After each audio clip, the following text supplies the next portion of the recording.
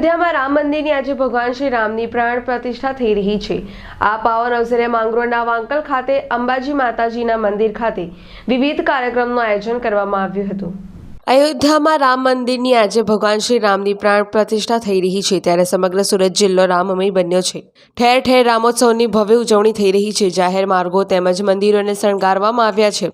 ત્યારે માંગરોળના વાંકલ ખાતે અંબાજી માતાજીના મંદિરના પટાંગણમાં રામ, સીતા, લક્ષ્મણજી મંદિર ખાતે ભગવાન શ્રી રામ અને સીતા માતાની આબેહૂબ રંગોળી બનાવવામાં આવી છે।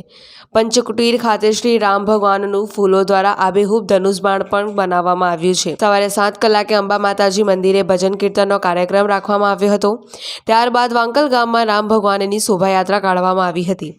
આ શોભાયાત્રા અંબાજી માતાજીના મંદિરેથી નીકળી બજાર વિસ્તારમાં ફેરવી વાંકલ હનુમાનજી મંદિર આવી હતી। હનુમાનજી મંદિરે સમૂહ આરતીનો કાર્યક્રમ રાખવામાં આવ્યો હતો। વાંકલ હનુમાનજી મંદિરની બાજુમાં આવેલા પંચકુટીર ખાતે અયોધ્યામાં યોજનાર પ્રાણ પ્રતિષ્ઠા લાઈવ જોવા માટે મોટી સ્ક્રીન ગોઠવવામાં આવી છે। ત્યારબાદ મહાપ્રસાદીનો લાભ લેવા અનુરોધ કરાયો છે।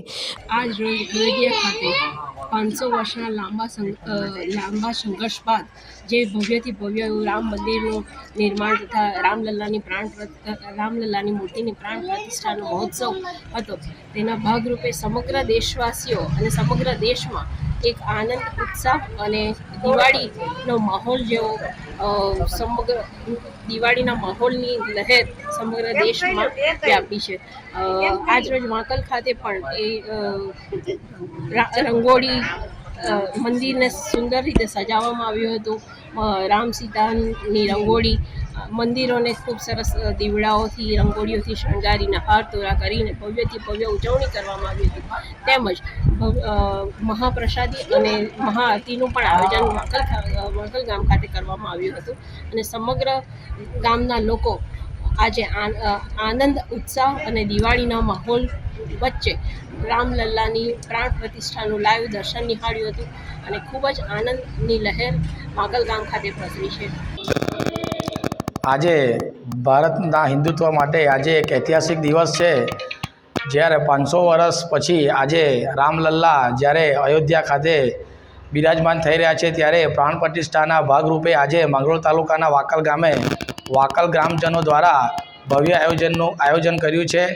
એમાં સવારથી શોભાયાત્રા અંબાજી મંદિરથી લઈ અને વાંકલ હનુમાનજી મંદિર લગી નીકળી છે।